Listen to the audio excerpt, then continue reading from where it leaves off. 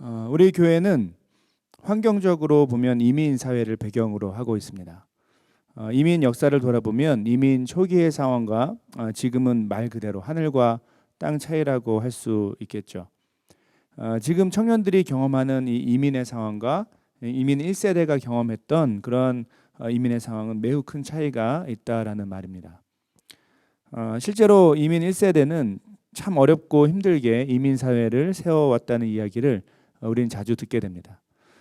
헤아릴 수 없는 그 수많은 종류의 어려움을 극복하고 또 새로운 문화와 환경에 적응한 이 이민 1세대를 통해서 지금 세대는 이전보다 훨씬 나은 그런 경험을 하고 있다는 것을 우리는 이미 잘 알고 있습니다. 그런데 사실 이민이라는 결정이 참 쉽지 않은 일인데 사람들이 이민을 결정하는 이유는 무엇일까요? 물론 당연히 어떤 하나의 이유를 찾기는 어렵습니다. 사람마다 어떤 개개인의 삶의 이야기와 그 삶의 목표가 다르기 때문이죠. 하지만 그냥 일반적으로 알고 있는 이민의 이유로 가장 크게 꼽을 수 있는 것은 더 나은 미래에 대한 도전과 모험이 아닐까 싶습니다. 이것을 또 다른 측면에서 설명하면 이렇게도 이해해 볼 수 있죠. 어렵고 힘들지만 새로운 길을 향해 떠나는 중요한 이유가 지금 현재의 삶이 완전히 만족스럽지는 않기 때문이라고도 이해할 수 있을 것입니다. 그렇습니다. 사람은 지금 현재의 삶에 만족하지 않을 때 그때 새로운 길을 떠날 수 있게 됩니다. 단순히 쉽고 편안한 그런 종류의 삶을 말하는 것이 아닙니다. 지금보다 훨씬 만족스러운 길이 보인다고 느낄 때 그때 사람들은 새로운 길을 떠나는 어떤 의미에서 모험을 할 수 있게 됩니다. 심지어 정확히 눈에 보이거나 보장되는 것이 아니더라도 지금 현재의 삶보다 새로운 길이 어쨌든 더 나을 거라고 믿을 때 그때 사람들은 그 보장되지 않는 그 모험의 길을 떠날 수 있다라는 말입니다. 그런데 신앙생활에도 이런 원리는 그대로 적용된다는 것을 생각해 볼 필요가 있습니다.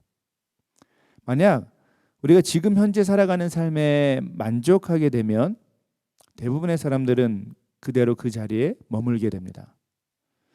하지만 나의 지금 현재의 삶의 상황이 영적으로 무엇인가 잘못되었다라고 느낄 때 그때 사람들은 새로운 길을 간절히 찾게 되는 것이죠. 놀랍게도 이것이 모든 그리스도인이 배우고 마음에 새겨야 할 중요한 사실입니다. 삶의 불만족을 통해 얻게 되는 은혜, 삶의 불만족을 통해 떠나게 되는 믿음의 모험, 이것이 바로 우리 믿음의 삶에 있어서 중요한 영적 원리들 가운데 하나라고 할 수 있습니다. 오늘 우리가 읽은 시편 120편의 본문은 어쩌면 바로 이런 영적 원리를 정확하고 예리하게 보여주는 본문이라고 할 수 있습니다.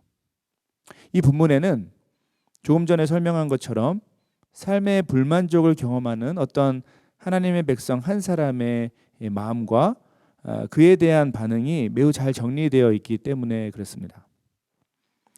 실제로 오늘 본문은 처음부터 끝까지 뭔가 긴장되고 우울합니다. 첫 마디부터 끝까지 부정적인 단어들로 가득 차 있습니다. 첫 마디가 환난입니다. 내가 환난 중에 여호와께 부르짖었더니. 쉽게 말하면 이 시편의 저자는 탄식이 저절로 나오는 어려운 삶의 상황 가운데 놓여 있다라는 뜻이죠. 그렇다면 그 어려운 상황 구체적으로는 무엇이었을까요? 정확히 알 수는 없지만 이어지는 부정적인 단어들을 통해서 대략적으로 예상해 볼 수는 있습니다. 2절에 보면 거짓된 입술과 속이는 혀에서 생명을 건져달라라고 이 시편의 저자는 기도합니다. 무슨 상황일까요?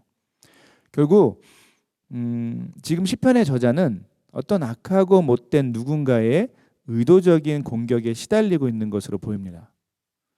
특별히 이 악하고 못된 사람이 거짓말로 이 시편의 저자를 어려움 가운데 빠뜨리고 있는 것을 충분히 예상해 볼 수 있죠. 그런데 더 심각한 문제가 있습니다. 그냥 자신의 삶의 주변에 있던 어떤 한두 사람의 공격이면 그래도 참을만 하겠지만 어느 순간 이 시편의 저자가 발견한 사실이 있었습니다. 그것은 자신이 살아가고 있는 삶의 환경 자체가 알고 보니 이렇게 악하고 못된 사람들로 가득 차 있다라는 것을 발견하게 된 것이죠. 쉽게 말해 거짓말로 다른 사람들을 어려움에 빠뜨리는 것이 어떤 한두 사람의 특별한 개인의 문제가 아니라 모든 사람의 문제, 환경의 문제라는 것을 깨닫게 된 것입니다. 함께 5절부터 7절을 다시 한번 읽어볼까요? 5절부터 7절입니다. 매색에 머물며 계달의 장막 중에 머무는 것이 내게 화로다. 내가 화평을 미워하는 자들과 함께 오래 거주하였도다. 나는 화평을 원할지라도 내가 말할 때에 그들은 싸우려 하는도다. 그 한 가지 흥미로운 것은 여기서 메색과 게달은 실제로는 이 구약의 주요 배경이 되는 이 팔레스타인 지역과는 지리적으로는 꽤 거리가 있는 지역이었다는 것입니다. 자, 그렇다면 왜 시편의 저자는 이 두 지역을 말하고 있을까요? 메색과 게달은 싸움과 도전에 익숙한 어떤 이방 족속의 문화를 상징하고 있습니다. 쉽게 말해 이스라엘 민족이 살아가는 어느 곳이든 그 주변에는 늘 전쟁과 싸움을 통해 자신의 힘을 나타내고 자신의 부를 부유하게 살고 싶어하는 그런 이방 민족의 문화가 가득했다라는 말이죠. 결국 오늘 본문에서 시편의 저자는 두 가지 측면에서 자신의 삶을 바라보고 있는 것으로 볼 수 있습니다. 첫째는 개인적으로 자신의 삶을 피곤하게 하고 어렵게 하는, 특별히 거짓말로 힘들게 하는 악하고 못된 자들을 생각하고 있다는 것이죠. 그런데 둘째로 그런 개인적인 경험에서 더 나아가서 넓은 관점으로 세상을 보니까 이렇게 악하고 못된 자들이 온 세상에 가득하고 실제로 그렇게 싸우듯이 전쟁하듯이 살아가는 것이 이 세상의 당연한 문화라는 것을 비로소 발견하게 된 것입니다. 이런 깨달음과 함께 시편의 저자는 바로 이런 탄식의 고백을 하고 있는 것이라고 할 수 있습니다.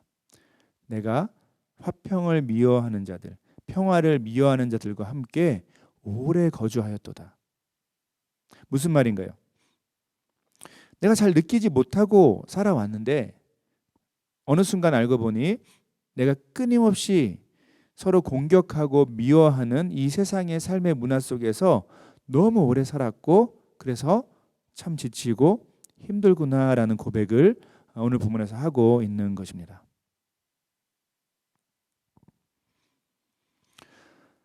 여러분, 우리가 바쁘고 정신없이 살다가 늘 쉽게 놓치는 것이 있습니다. 그것은 우리가 실제로 어떤 세상을 살고 있는지 의외로 잘 느끼지 못하고 살아간다라는 것이죠. 무슨 말일까요? 여러분, 우리가 사는 세상은 참 평화를 찾기 어려운 말 그대로 전쟁터와 같습니다.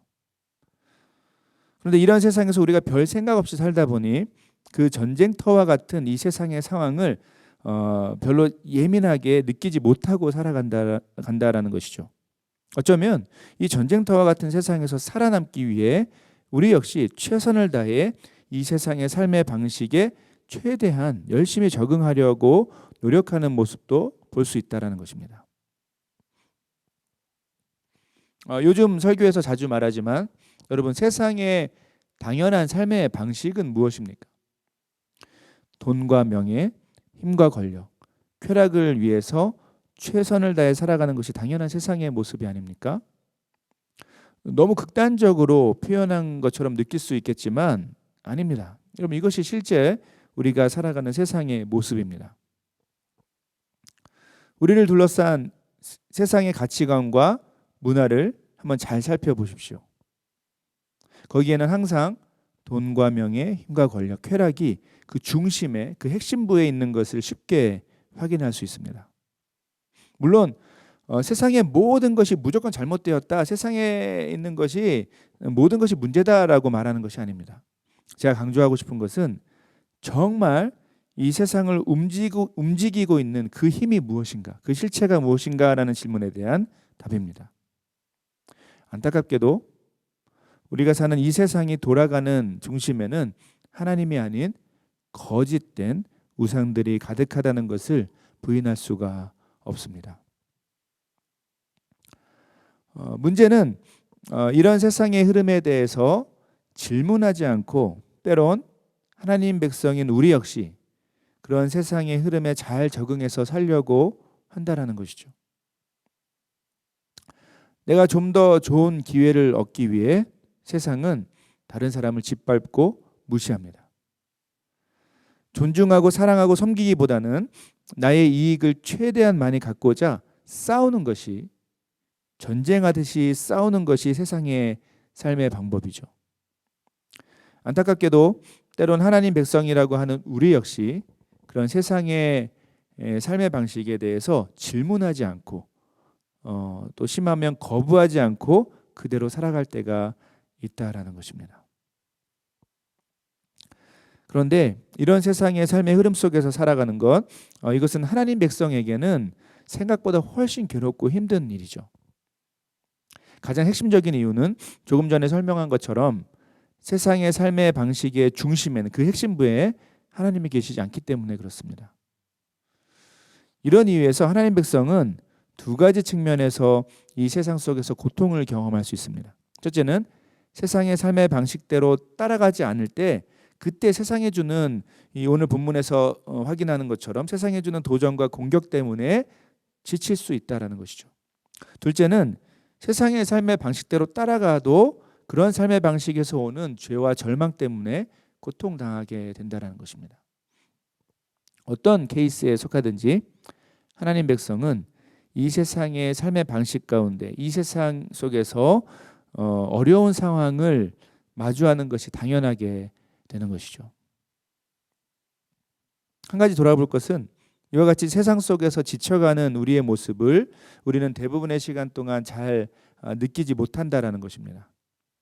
그러다 어느 순간 이 세상의 실제 모습과 우리 자신의 지쳐있는 영적 상태를 마주하게 될 때, 그때 우리는 오늘 시편의 저자가 하고 있는 고백을 우리 역시 마찬가지로 우리 자신도 모르게 하게 된다라는 것이죠.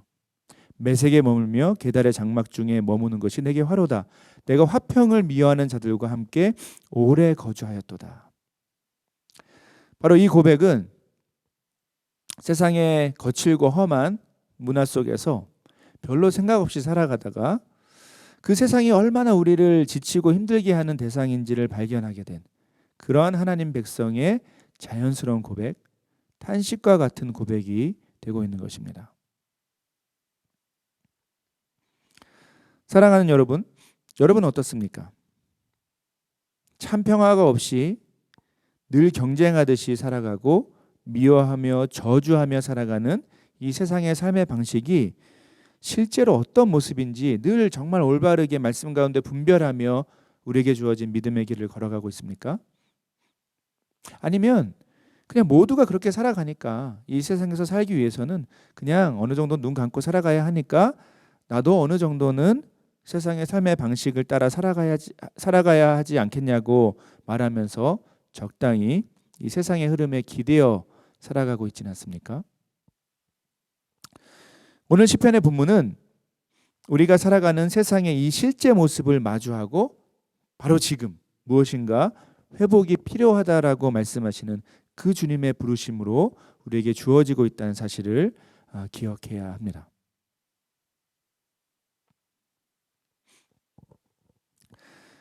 자, 그런데 이와 같이 우리 믿음의 삶은 이 세상 속에서 참 어렵고 험한 환경 가운데 있지만, 오늘 본문은 동시에 이런 지치고 힘든 우리 믿음의 삶이 결국 하나님 안에서 갖게 되는 새로운 회복의 가능성이 있다는 것, 이것을 소개하는 것에 가장 중요한 목적이 있습니다.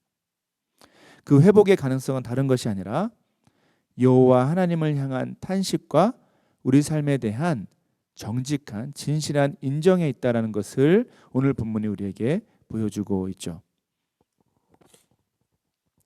자, 오늘 본문에서 시편의 저자는 이러한 자신의 삶의 어려움 가운데 세 가지 모습으로 하나님께 반응하고 있는 것을 볼 수 있습니다. 먼저 시편의 저자는 하나님을 향해 탄식합니다. 시편 저자의 첫 마디, 내가 환난 중에 여호와께 부르짖었더니 내게 응답하셨도다. 여러분, 이 탄식은 어려운 상황 가운데 하나님을 향해 도움을 구하는 간절한 기도의 고백으로 이해할 수 있습니다. 한 가지 흥미로운 것은 사실 시편 저자가 지금 경험하고 있는 상황 자체는 지금 현재 진행형인 상황입니다. 다시 말해 지금 현재 악하고 못된 사람에게서 거짓말로 어려움을 당하고 있는 상황이라는 말이죠. 그런데 1절의 고백은, 방금 읽은 1절의 고백은 사실 과거의 경험으로 기록되어 있습니다. 즉 옛날에 하나님께 부르짖어서 구원을 받은 혹은 기도의 응답을 받은 상황을 기억해내어 고백하고 있다는 뜻입니다. 정리하면 시편 기자는 지금 현재 당하고 있는 어떠한 삶의 어려움 가운데 과거에 이미 경험한 하나님의 은혜를 기억해내어서 그것을 다시 지금 현재 당하고 있는 어려움 가운데 적용하고 있는 상황이라는 뜻입니다. 자, 그런데 이와 더불어 시편의 저자는 두 번째로 하나님의 공의로우심, 정의로우심을 믿고 의지하는 반응을 보입니다. 3절과 4절에서 너 속이는 혀여 무엇을 내게 주며 무엇을 내게 더할꼬 장사의 날카로운 화살과 로뎀나무 숯불이로다 라는 표현은 쉽게 말하면 하나님이 자신의 상황에 대해 올바른 판단을 하시는 분이다. 그래서 그에 알맞은 벌을 내리실 거라고 말하는 고백입니다. 시편의 저자는 지금 자신을 괴롭히고 있는 악하고 못된 자들에게 대해서 하나님을 의지하며 경고하고 있는 것이죠. 이런 뜻입니다. 자신이 만약 하나님 앞에서 잘못한 것이 없는데, 잘못한 일이 없는데 그런데도 자신에 대해서 거짓말로 공격하고 어렵게 하면 결국 내가 아닌 하나님이 대신 올바른 판단과 그에 합당한 벌을 내리실 것이다 라고 말하고 있는 것입니다. 결국 시편의 저자는 하나님의 정의로우심, 그분의 공의로우심을 믿고 의지하며 자신의 삶을 바라보고 있는 것이죠. 자, 이 두 가지 기초 위에서 세 번째로 시편의 저자는 자신의 진짜 회복의 삶이 어디에 있는지를 하나님 앞에서 인정하고 있습니다. 조금 전에 설명했던 이 5절에서 7절에서 볼 수 있듯이 시편의 저자는 자기가 살고 있는 세상의 실제 모습이 무엇인지를 하나님 앞에서 인정하고 있습니다. 내가 화평을 미워하는 자들과 함께 오래 거주하였도다라고 고백하며 자신의 환경이 어떤 상황인지를 인정하고 있는 것이죠.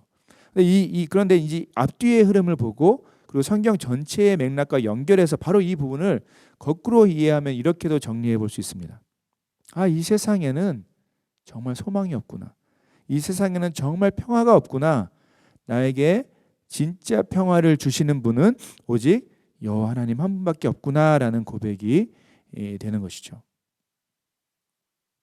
결국 시편의 저자의 이 세 가지 반응을 정리해 보면 시편의 저자는 자신의 삶의 어려움을 이렇게 해결하고 있습니다. 첫 번째, 그는 하나님을 향해 탄식하고, 두 번째, 하나님의 성품, 그분의 공의와 정의로우심을 의지하며, 세 번째, 하나님께 참된 소망이 있다는 사실을 인정하는 것이죠. 자, 그런데 여기서 한 가지 더 중요하게 생각해야 할 것이 있습니다. 지난주에 설명한 것처럼 여러분, 오늘부터 우리가 앞으로 나눌 시편 120편에서 134편까지의 시편들은 성전에 올라가는 노래라는 하나의 컬렉션입니다. 즉 예루살렘 성전을 향해 예배하러 올라가는 순례자들, 여행자들이 불렀던 노래들이라는 것이죠. 이 컬렉션을 시작하는 첫 번째 시편이 오늘 본문 시편 120편이라는 사실을 생각하면 결국 오늘 우리가 나눈 이 시편의 결론은 우리 믿음의 여행, 하나님을 향한 믿음의 반응이 어떻게 시작되는지를 분명하게 보여주는 기능을 한다라는 것입니다. 그것이 무엇입니까? 그것이 바로 우리의 비참하고 어려운 삶의 현실 가운데 하나님을 향해 탄식하고 하나님의 성품을 의지하며 하나님께 참된 소망을 둘 때, 그때 바로 하나님을 향한 믿음의 여행, 하나님을 향한 삶의 변화를 비로소 시작할 수 있게 된다는 뜻이죠. 자, 이런 점에서 오늘 시편 120편은 어떻게 우리는 하나님을 향해 믿음의 눈을 들어 그분을 향해 달려갈 수 있는지, 나아갈 수 있는가라는 질문에 대한 매우 중요한 대답이 되고 있다는 사실을 기억해야 할 것입니다.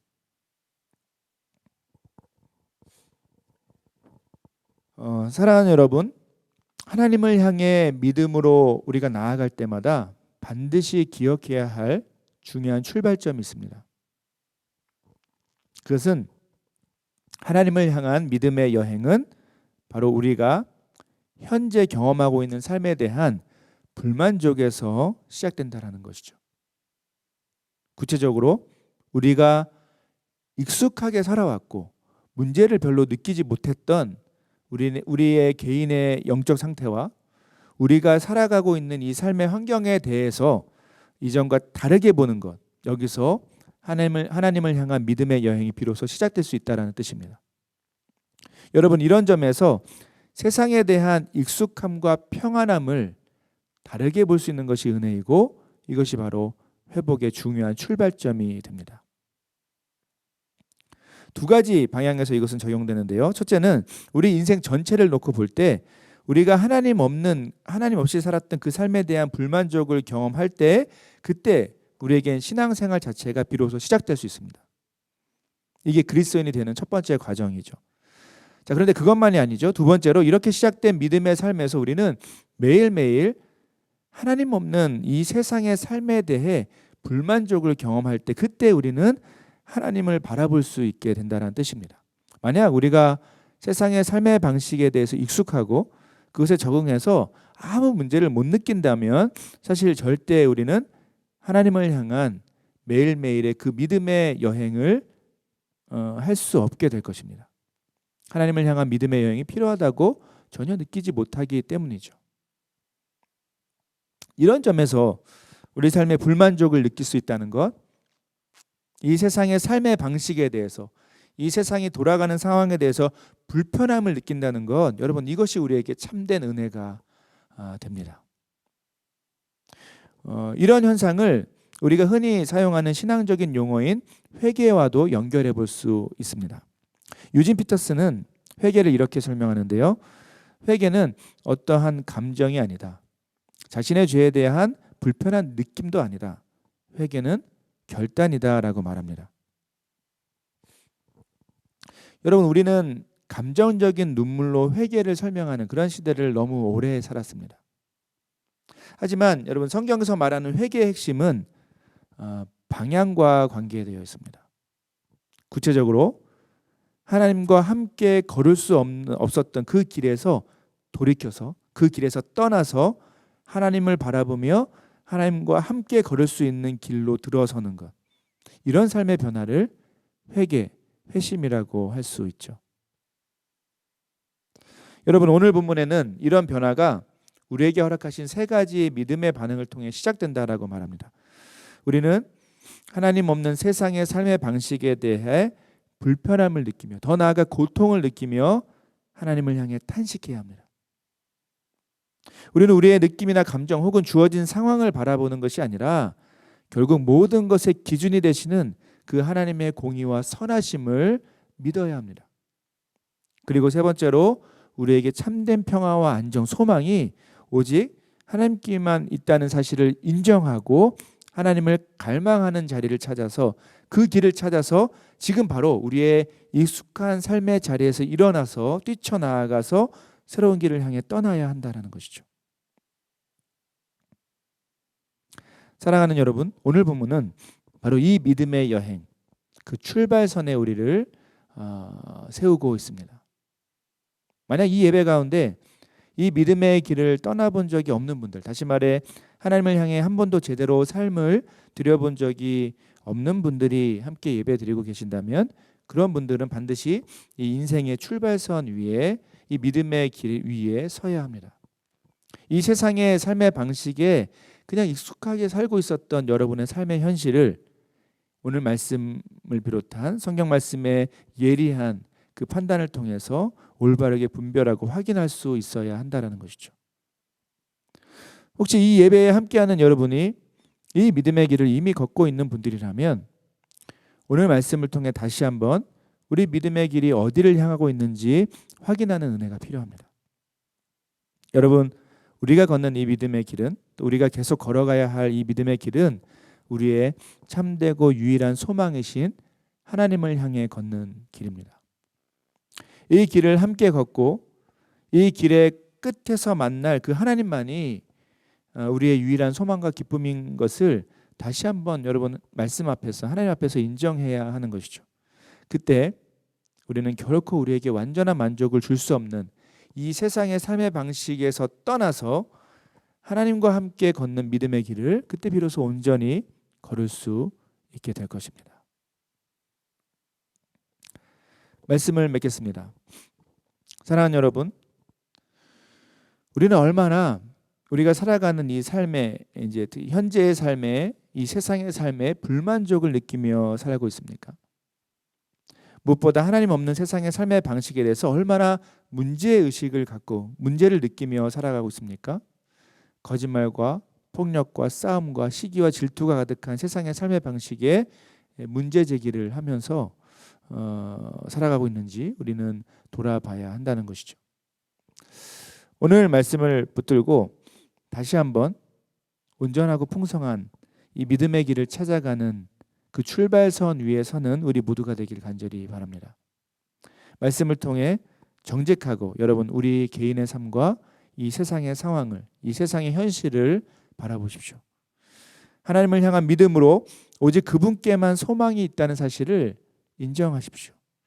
그분께 탄식하며 은혜와 도우심을 구하는 우리가 되길 소원합니다.